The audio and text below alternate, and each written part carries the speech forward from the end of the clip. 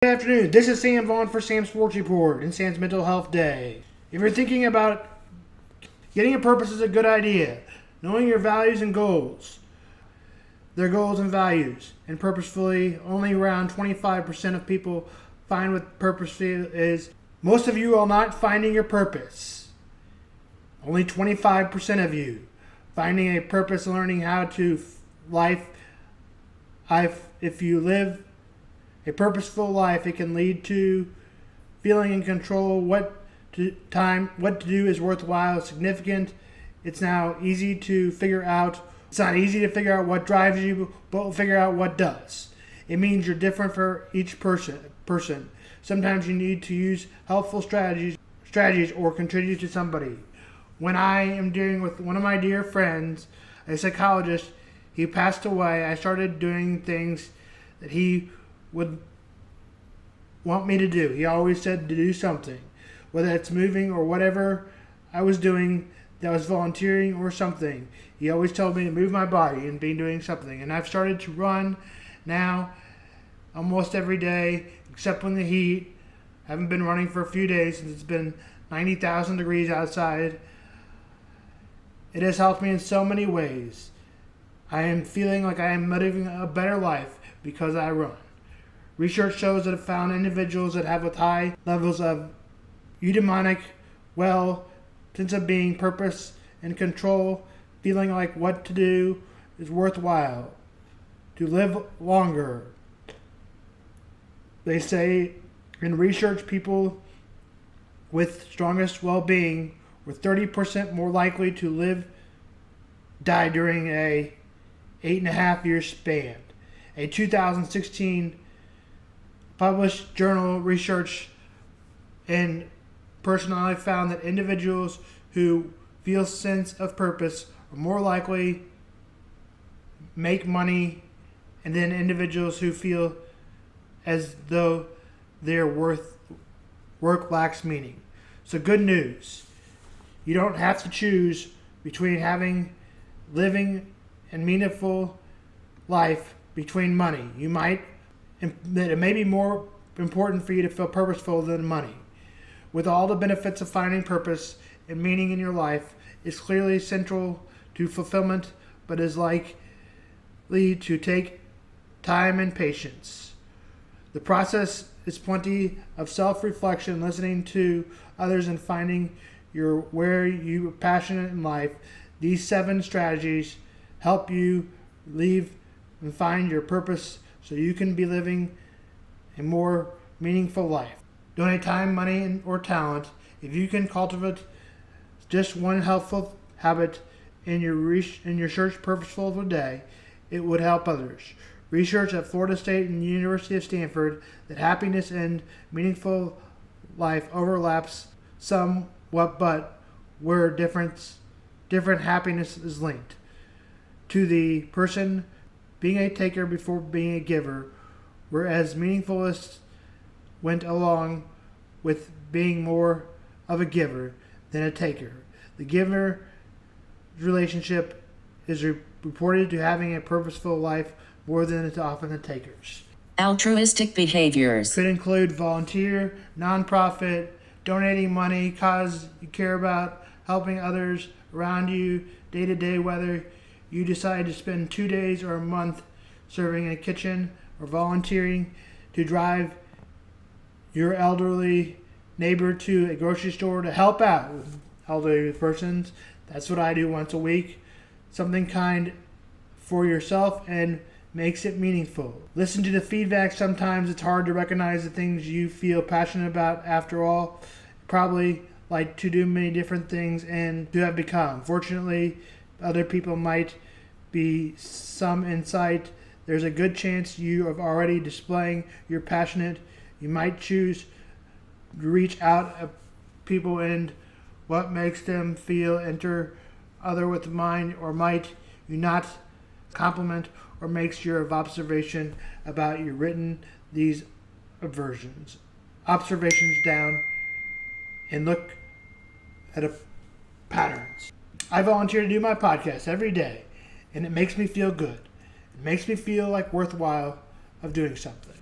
Surrounding yourself with positive people. As you're saying you're going company, what do you have in common with the people around you? Do you think coworkers or family members feel obligated to see and think about the people you choose to spend time with outside in work and family functions?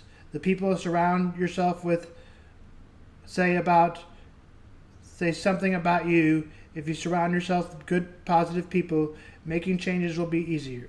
These surroundings say something about you. Or other hand, might be people around you down, might make some changes. It's hard to feel purposeful and when you're surrounded with people who aren't interested in what you're doing. Start the conversation. It's easy to browse social media along and sit down and be walding friends, resisting the urge to instead take them to a talk and to the people around you. Ask them if you are working in any projects or what you're doing that you like for fun. Talk to them about organizations which they involved, like to donate to the cause. Everything striking conversations may feel awkward initially to people outside our immediate circle. Open your eyes. Activities, cause, or career opportunities existed.